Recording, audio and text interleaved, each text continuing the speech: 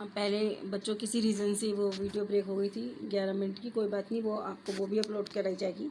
तो हम जैसे इसमें देख रहे थे योजना बनाना, अब इसमें देखिए ये सब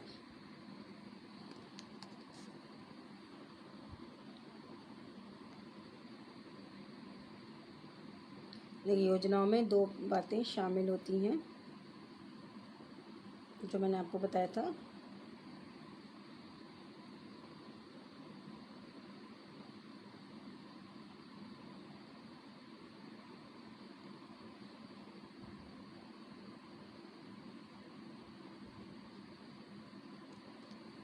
बच्चों ऐसे हो जाता है कई बार कि सडनली, क्योंकि आजकल मालूम है आपको टच स्क्रीन होते हैं, ज़रा सा भी लग जाता है, बैक पे हाथ लगा वो वीडियो ब्रेक हो गई।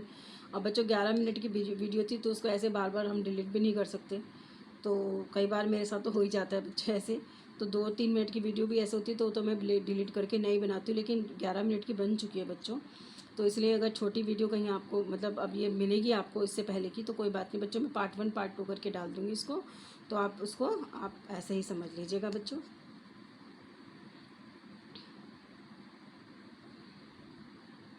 है ना। अब देखिए 4 बातें बताई थी: आपेक्षिक परिणाम, कार्यवाही की रूपरेखा,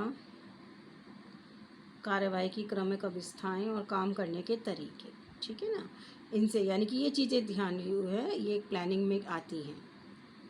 उसके बाद ये देखिए,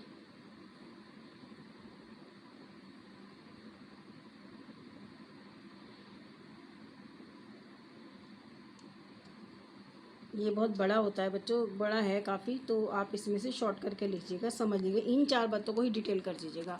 प्लानिंग मतलब बताने का मतलब यही होता है।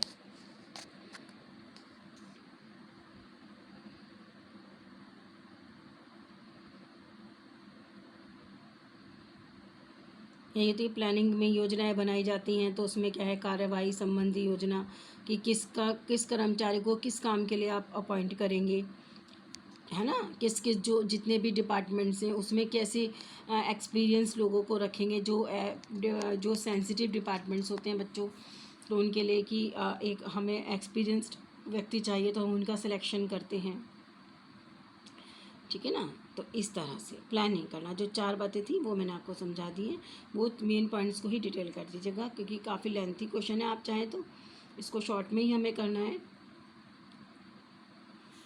सेकंड है आपका पॉइंट बच्चों, संगठन बनाना। सेकंड है आपका संगठन बनाना, यानी कि ऑर्गेनाइजिंग,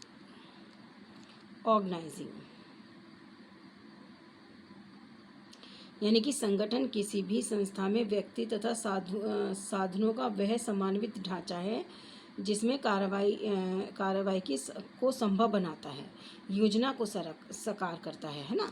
तो ठीक भी बात है बच्चों। अब क्या है कि अब हमने पहले तो प्लानिंग कर ली, अब हमने कि कौन सा हमें जो है इंस्टीट्यूट बनाना है, कौन सी हमें किस चीज़ की फैक्ट्री लगानी है, तो उसकी प्लानिंग हमने कर ली। अब उसका ऑर्गेनाइजिंग, यानी कि संगठन किसी संस्था, यानी कि अब हमें इसके लिए कितने मैन पावर की और कौन कौन से जो है इसको कितने मैन पावर हैं और हमें कितने इसके लिए जो हैं बच्चों,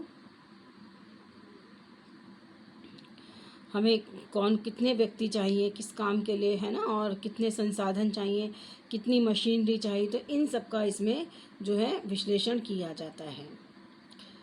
इसका मतलब अर्थ है कि यह तय करना कि किसी उद्देश्य या योजना को प्राप्त करने के लिए एक साथ क्या क्या क्रियाएं की जाएंगी और ऐसे वर्गों में बांटना जिनमें अलग अलग लोगों को सौंपा जा सके।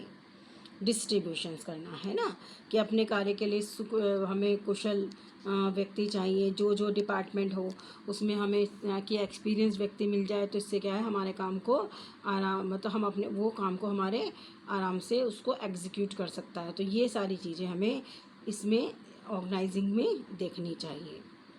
फिर उनको राइट्स देने, कि जैसे अब बच्चों देखो, एक कोई भी फैक्ट्री होती है तो उसमें क्या होता है, ए टू 4 क्लास तक वर्कर्स होते हैं, 4-5 क्लास तक, है ना, क्योंकि जो काम जिसका होता है बच्चों उनको काम उन्हीं को वो काम दिया जाता है जो उसको काम करते हैं। तो उनके लिए उनकी सैलरी क्या होगी, है ना, उनको डिपार्टमेंटल उस एक प्रॉपर डिपार्टमेंट का नाम बनाना कि उसको क्या हम कौन से डिपार्टमेंट में किस व्यक्ति को करेंगे, उसको क्या फैसिलिटीज़ प्रोवाइड कराएंगे, तो ये सब चीज़ें। उनके राइट्स क्या होंगे। फिर यह है कि एक संगठन को सुदृढ़ बनाने के लिए ज़रूरी है कि एक आदमी को एक ही किस्म का काम दिया है जिसमें वह उसे अपनी सेटिस्फेक्शन यानी उसमें निपुणता हासिल कर सके, है ना, स्पेशलाइजेशन हो सके और दूसरे के साथ कोऑर्डिनेट कर सके। ये देखिए, और काम करने के लिए यूनिटी होनी चाहिए कि सब मिलजुल कर काम करें, मशीनें जो हैं सब इनकी व्यवस्था सही से की जाए। तो ये सारी चीज़ें इन चीज़ों में आती है कि संबंधों में जो है तालमेल बैठना बहुत ज़रूरी है, विश्लेषण करना चाहिए हर कार्य को करने से पहले ना, ये सारी चीज़ें। तो ये आपका आ गया ऑर्गेनाइजिंग में। आप इसको देख लीजिएगा बच्चों, ऑर्गेनाइजिंग में शॉर्ट करके लिखना है आपको, बस समझाना है। ज़रूरी नहीं है बच्चों कि हम बुकिश लैंग्वेज ही यूज़ करें, जो हम यानी कि जो लिखा हुआ है। अब इसमें आप अगर इसको पढ़ेंगे तो आप समझ जाएंगे कि कहने का क्या मतलब, और मैं एक्सप्लेन भी करती चली जा रही हूँ। तो इसमें बच्चों आप अपनी लैंग्वेज में उस चीज़ को समझिए और उसको करिए। इन शॉर्ट में उसको लिख दीजिएगा। देखिए,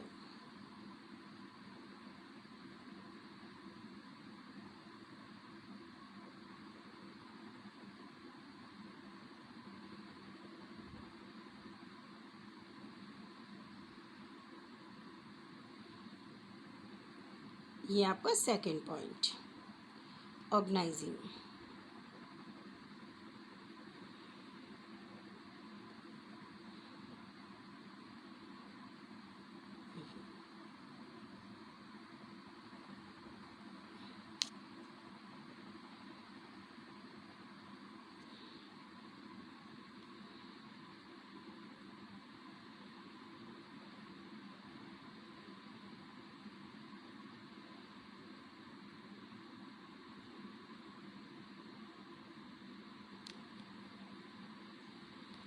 ठीक है, अब हम आते हैं नियुक्तिकरण। इसके थर्ड पॉइंट पर आते हैं, नियुक्तिकरण।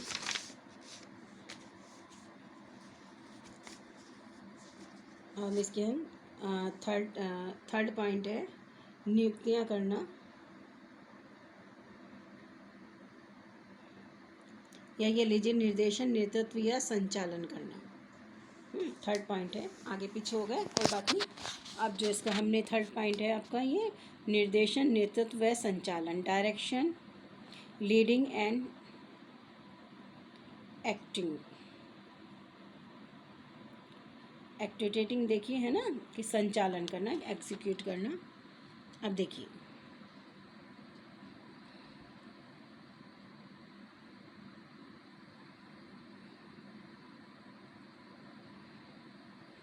इंस्ट्रक्शन देना बहुत ज़रूरी है। सबसे पहले डायरेक्शन, निर्देशन, इंस्ट्रक्शन देना बहुत ज़रूरी है बच्चों, कि जो व्यक्ति दूसरा व्यक्ति को हम काम सौंप रहे हैं तो उसको काम करने के लिए हम उसको इंस्ट्रक्शन टाइम टू टाइम देते रहें, जिससे कि काम जो है सही ढंग से होता रहे। उसके बाद में है लीडिंग, यानी कि एक नेतृत्व, एक गुड लीडरशिप बहुत ज़रूरी होती है, क्योंकि एक गुड लीडर ही जो है अपने वर्क को सक्सेसफुली कंप्लीट करा सकता है।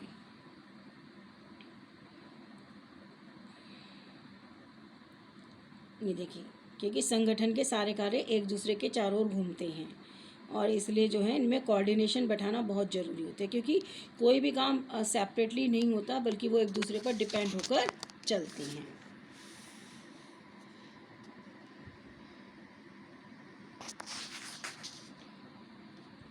फिर ये कि प्रत्येक प्रबंधन में चाहे किसी भी स्तर यानी किसी भी लेवल का काम क्यों ना हो, उस पर अधीन करने वाले सभी व्यक्तियों को सही निर्देशन देना बहुत ज़रूरी है, क्योंकि निर्देशन के बिना जो है काम को वो कंप्लीट नहीं हो सकता। ठीक है ना, एग्जीक्यूट फंक्शन बहुत ज़रूरी है,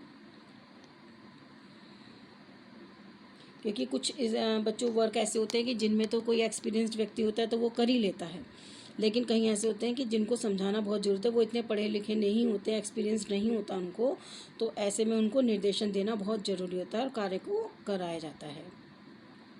अब यह है कि निर्देशन के कार्य को प्राय 4 उपवर्ग में बांटा गया: लीडरशिप, अभिप्रेरणा, मोटिवेशन, संप्रेषण, कम्युनिकेशन और पर्यवेक्षण, सुपरविज़न, है ना। लीडरशिप एंड सुपरविज़न, ये इनकी सारी चीज़ें जो हैं इनमें देखनी चाहिए, इन बेस पर इस काम को करवाना चाहिए। देखिए बच्चों,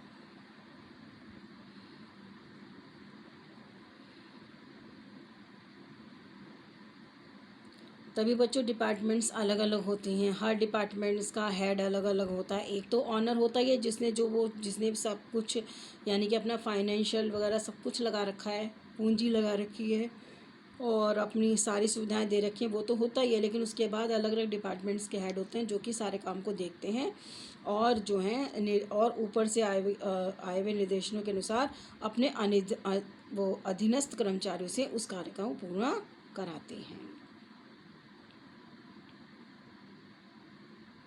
ये देखिए,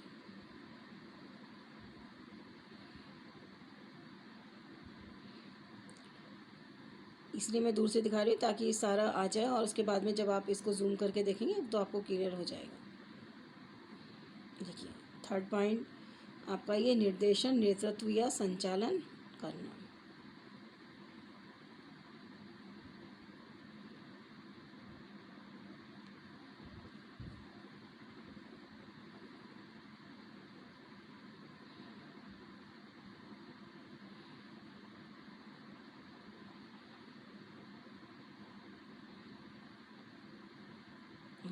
उसके बाद है आपका 4 पॉइंट है नियुक्तियाँ,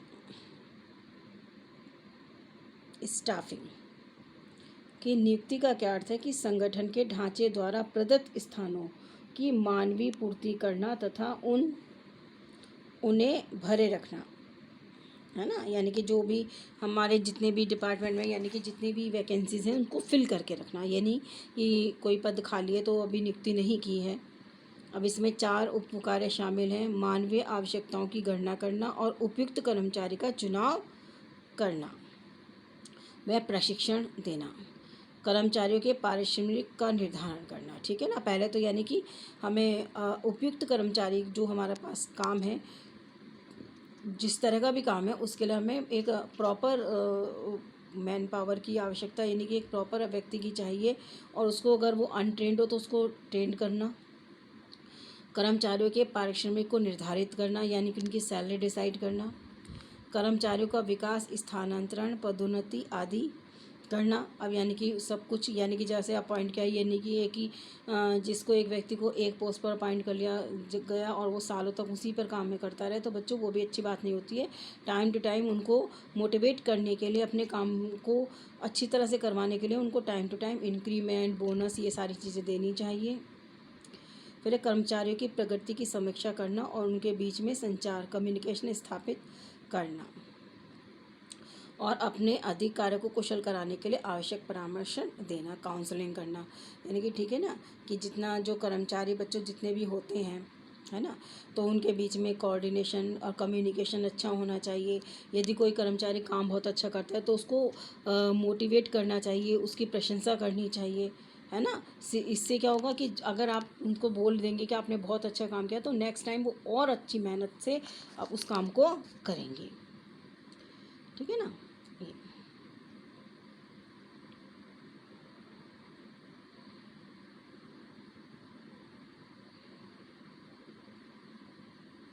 देख लीजिए, स्टाफिंग में पूरा आया है ये।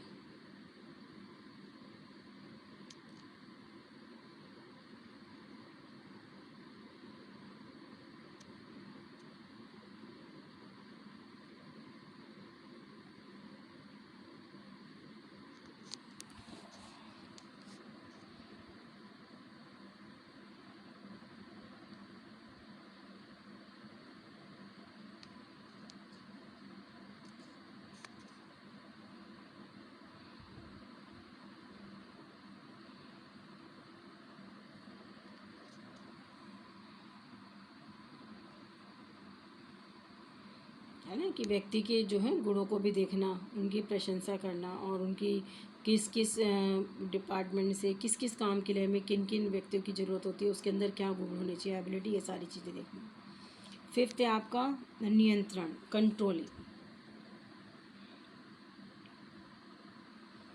कंट्रोलिंग करना। बच्चों ये तो बहुत इंपॉर्टेंट चीज़ है क्योंकि देखिए बिना कंट्रोल के अगर आप कंट्रोल नहीं करेंगे, आप उन पर अपना यानी कि उन पर अपना जो है प्रेशर बना के नहीं रखेंगे, तो ये लास्ट पॉइंट होता है। और इसमें जो है कि सबसे ज़्यादा वास्तविक प्रगति की जो ढांचा है वो सब इसी में पता चलता है। क्योंकि जब आप कार्य करवाएंगे, जब सारी चीज़ें आप तो पहले मैनेज मतलब कर देंगे, उसके बाद आप रिज़ल्ट देखेंगे कि काम आपने जिस उद्देश्य को लेकर अपना बिज़नेस स्टार्ट किया है, क्या उस उद्देश्य में आपको सफलता मिल रही है ना। और क्या कहते हैं, जो व्यक्ति जिन जिन व्यक्तियों को जिस चीज़ के लिए आपने अपॉइंट किया गया है, क्या वे उस कार्य को पूरा कर रहे हैं। तो ये सब देखने के लिए उन पर नियंत्रण रखना बहुत ज़रूरी होता है।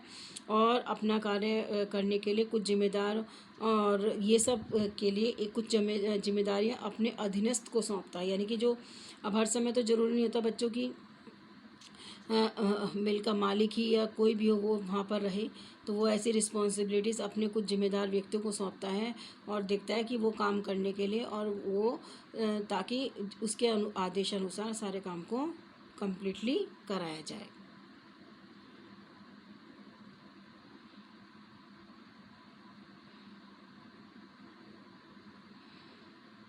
नियंत्रण का कार्य योजना बनाने से कार्य को अलग नहीं किया जा सकता, जब तक प्रबंधन संगठन के उद्देश्य और इसकी प्राप्ति के व्यवहारिक कार्य मार्ग को स्पष्ट रूप से तय नहीं करेंगे, है ना।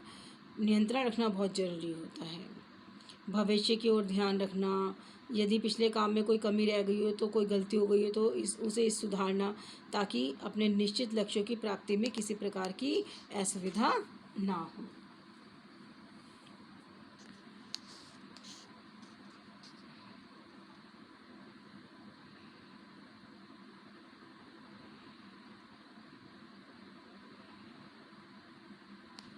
इसमें 4 बातें देखो होती हैं कि 4 विशिष्ट शामिल हैं: कार्रवाई, जवाबदेही, अकाउंटेबिलिटी। इसमें मापदंड स्थापित करना जिसके अनुसार कार्य की प्रगति का मूल्यांकन किया जा सके, वास्तविक प्रगति,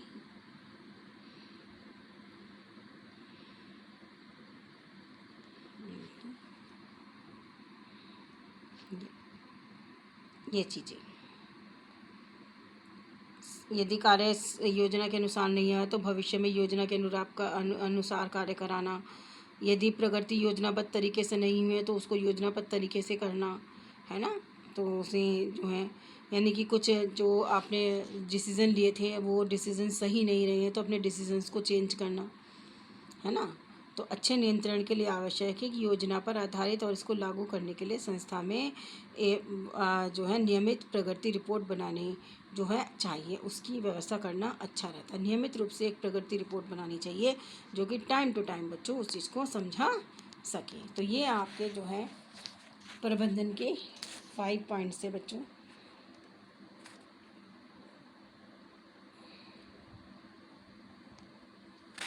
देखिए,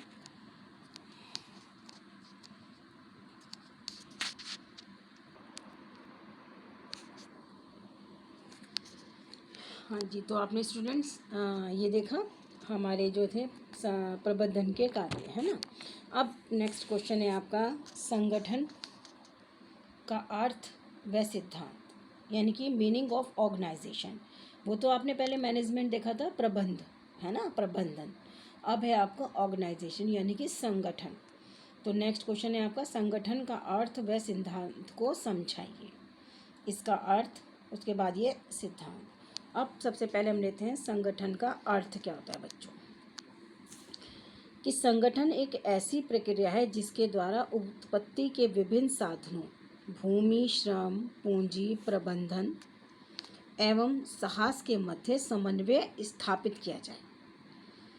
यानी कि जो हमने यानी कि जो भी फैक्ट्री हम लगाते हैं उसमें उत्पादन की संबंधी विभिन्न कड़ियों को एक सूत्र में पिरोने का काम करना, ठीक है, जिससे क्या होगा, न्यूनतम साधनों पर अधिकतम लाभ प्राप्त किया जाए, है ना। यानी कि आपस में उत्पत्ति के विभिन्न साधनों में वैज्ञानिक सामंजस्य ही संगठन कहलाता है ना।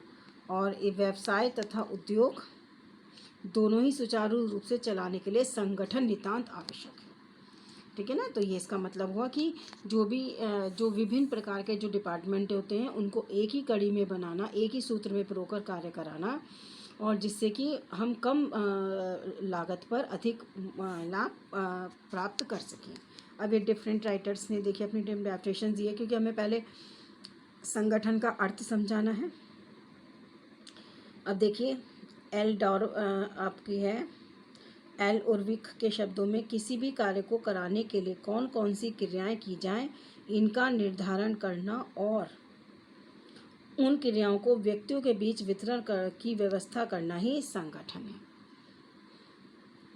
फिर आपका लैंसबर्ग एंड स्प्रिंगल के अनुसार संगठन उपक्रम में विभिन्न तथ्यों एवं मध्य संरचनात्मक संबंध है। संगठन के कार्यों को सुचारू रूप से चलाने और सुव्यवस्थित ढंग से पर्याप्त नियंत्रण में निष्पादित करने के लिए की वह प्रक्रिया है जो व्यक्तियों के समूह द्वारा पूरी की जाती है। एल.एच. हेने के शब्दों में, किन्हीं सामान्य उद्देश्यों की प्राप्ति के लिए विशिष्ट अंगों का एकताबद्ध संयोजन ही संगठन कहलाता है। यानी कि संगठन यानी कि जो भी काम किया जाए बच्चों, वो बिल्कुल मिलजुल कर किया जाए, एक दूसरे के सहयोग से। कोऑर्डिनेशन ज़रूरी है, कम्युनिकेशन बहुत ज़रूरी है, कंट्रोलिंग ज़रूरी है। कार्य को करने के लिए ये सारी चीज़ें जो हैं ये सब एक दूसरे पर डिपेंड करती हैं। तो ये थे इनके आपके यानी कि संगठन ऑर्गेनाइजेशंस की परिभाषा, देख लीजिएगा।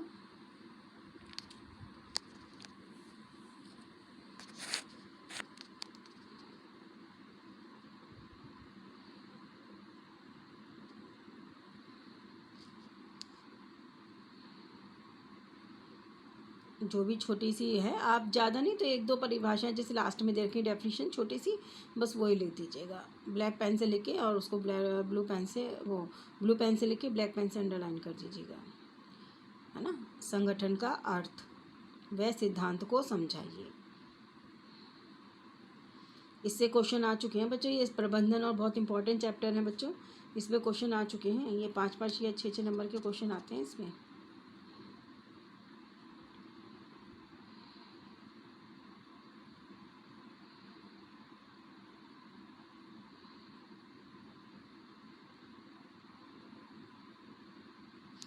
अब हम इनके सिद्धांत को समझते हैं। अब है इनके सिद्धांत।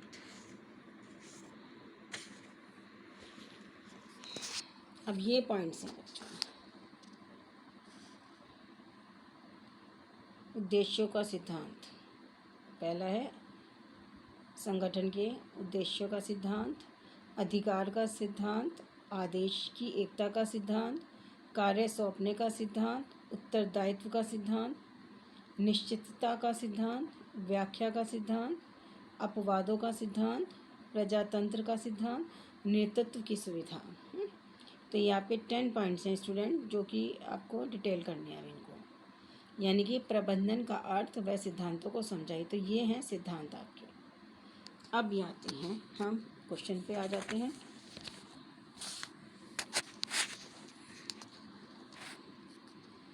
संगठन के सिद्धांत, प्रिंसिपल्स ऑफ ऑर्गेनाइजेशन। किसी भी व्यावसायिक उपक्रम की सफलता उस इकाई के विभिन्न भागों पर उचित समन्वय पर निर्भर करती है। यह ठीक उसी समन्वय कुशल संगठन के द्वारा लाया जा सकता है। अतः व्यावसायिक उपक्रम की सफलता पर ही व्यवस्था जीवन निर्भर रहती है। ठीक है ना। तो अब इनके जो पॉइंट्स हैं,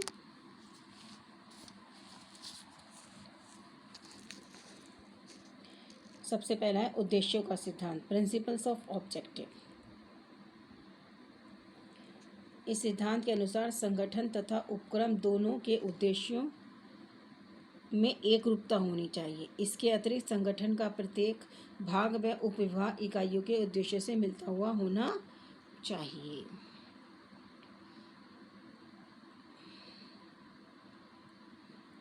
फिर है आपका अधिकार, प्रिंसिपल्स ऑफ अथॉरिटी, कि एक अच्छे संगठन में संलग्न कर्मचारियों को अपने कार्यक्षेत्र में संबंधित अधिकार स्पष्ट रूप से सौंपे जाने चाहिए। कर्मचारी को एक ही प्रकार के आदेश दो व्यक्तियों से प्राप्त नहीं होने चाहिए। है ना, प्रिंसिपल्स ऑफ अथॉरिटी, यानी कि कर्मचारी को जो है केवल एक ही जब एक ही अधिकार एक आपने एक व्यक्ति को दिया है तो आप उसी को दें, वही अधिकार किसी दूसरे व्यक्ति को नहीं दें। फिर है आपका आदेश की एकता का सिद्धांत, principle of unity of command. एक कर्मचारी की एक अधिकारी से आदेश मिलना चाहिए। एक से अधिक अधिकारियों द्वारा गए आदेश एक दूसरे के प्रतिकूल हो सकते हैं, यानी कि उनमें मतलब उनमें डिफरेंसेस हो सकता है, यानी कि जो भी ऑर्डर मिले वो एक ही व्यक्ति के द्वारा उनको ऑर्डर दिया जाए। कार्य सौंपने का सिद्धांत, principles of allotment of work. प्रत्येक व्यक्ति को अपने कार्य के बारे में जानकारी होनी चाहिए। नियुक्ति के समय ही कर्मचारी को कार्य निश्चित कर देने चाहिए, यानी कि ठीक है ना, यानी कि जिस व्यक्ति को आप अपॉइंट कर रही हैं तो आप उनको उसी समय उनका कार्य बता दीजिए, और ताकि कोई प्रॉब्लम ना हो। उस व्यक्ति को भी पता रहना चाहिए कि हाँ भाई मुझे किस काम के लिए अपॉइंट किया जा रहा है। फिर है निश्चितता का सिद्धांत, प्रिंसिपल ऑफ सर्टेनिटी।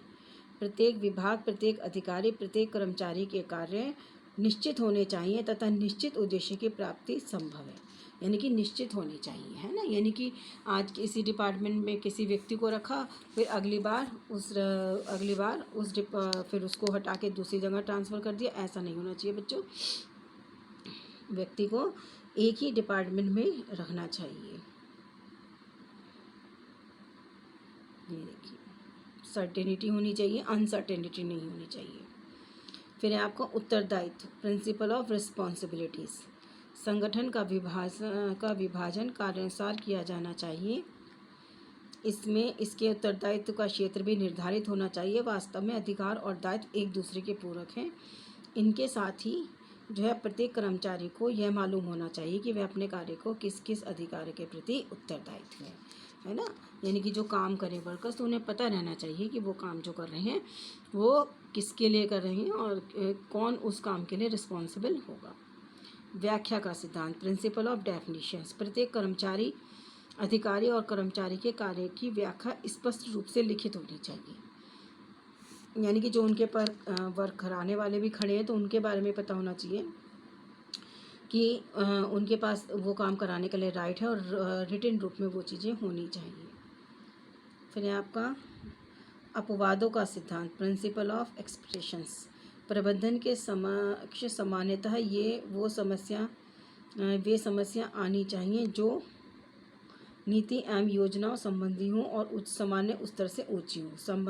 सामान्यतः कर्मचारी को अपने कार्य से संबंधपूर्ण अधिकार देने चाहिए ताकि वे अपने कार्यों को स्वतंत्र रूप से कर सकें।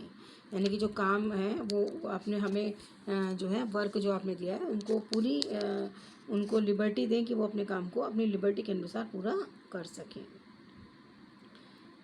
फिर है निर्देश की एकता का सिद्धांत।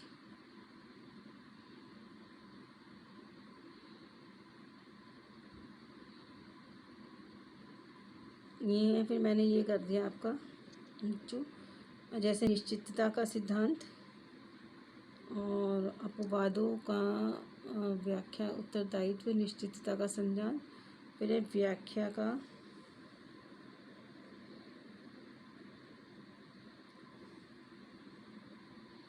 ये व्याख्या का भी हो गया, अपवादों का भी हो गया, और प्रजातंत्र का सिद्धांत। ये 14 पॉइंट दे रखे बच्चों, मैंने 2 काट दिए इसमें। फिर है प्रजातंत्र का सिद्धांत, स्केलर प्रिंसिपल्स। कौन से कर्मचारी किस अधिकारी के अधीन कार्य करेगा और किससे आदेश लेगा, इस बात का स्पष्ट रूप से होनी चाहिए, है ना। फिर है नेतृत्व की सुविधा, फैसिलिटी ऑफ लीडरशिप। संगठन प्रारूप इस प्रकार होना चाहिए कि प्रबंधन उत्साह, लाभ एवं अभिप्रेरणा के साथ व्यवसाय को आगे बढ़ा सके और संस्था का नेतृत्व कर सके। और बीच में जो मैंने छोड़ दिए थे बच्चों, ये देखिए छोड़ दिए थे निरंतरता का सिद्धांत, ये है ना, प्रभावी होने वाले, ये 2 मैंने छोड़ दिए थे बच्चों। आप इसमें से कोई से भी कर सकते हैं बच्चों, जो भी आपको सही लगे। आपको 14 पॉइंट्स है, बस 10 you have to do only 10 points.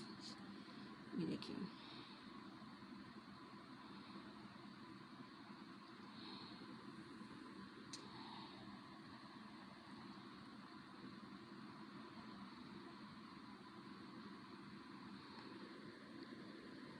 तो ठीक है स्टूडेंट्स, आपका ये जो क्वेश्चन बन गया हमारा, यानी कि संगठन के कार्य व सिद्धांत। तो आज हमारे दोनों इन वीडियो में आपको 3 क्वेश्चन आपने किए हैं। 3 क्वेश्चन आपने कर लिए हैं बच्चों। किसके?